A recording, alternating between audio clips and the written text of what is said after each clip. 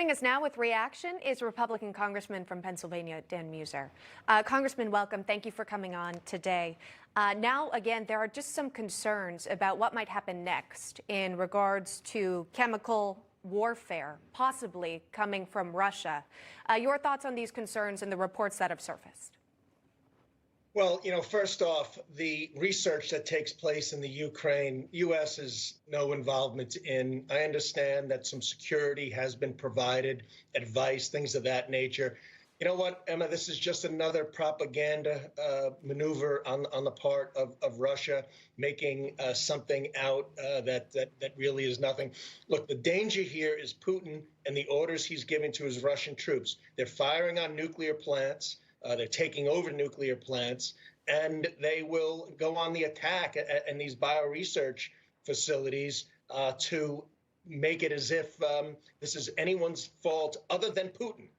Putin has invaded the sovereign nation. We must do everything possible to defeat him, and the U.S. should show some leadership, which has been enormously lacking up to this point. Congressman, your analysis, your evaluation of how the White House has responded to the invasion so far. You talk about possibly sending in more military equipment to Ukraine. Has the U.S. done enough? No, we haven't done enough. We haven't prepared. We haven't led. We've responded. We've reacted. And, I'd even go for an overreaction at least.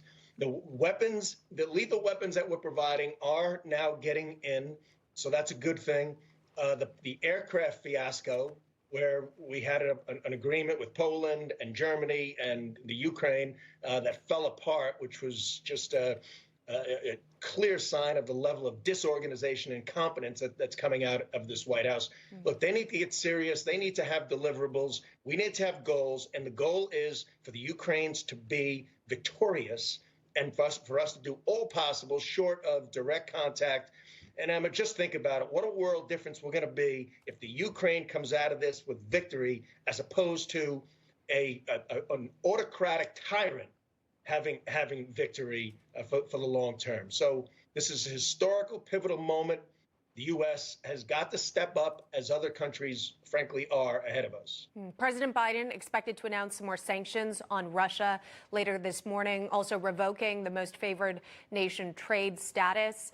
Is that a solid approach? Is that a step further? Well, you know what? That's what Kevin Brady and Republicans and myself, we initiated in a bill last week that the Democrats turned away from, and Joe Biden said he was not going to support. So now, again, about 8-9 days later, he's seeing that, yes, that level of increased sanctions and all on this Putin's Russia it is necessary. Yes, it will help. But we need to listen to Zelensky. We need to work with our NATO partners. We just simply need the highest level of weapons and support and sanctions and make Putin's life an absolute living hell, both in Russia, around the world, and in the Ukraine, because, again, we're just very simply at this pivotal moment.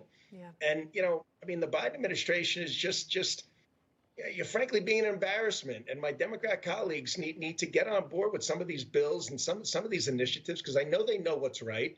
And it's not about making excuses. It's about solutions. It's not about pointing fingers. It's about being a responsible world power.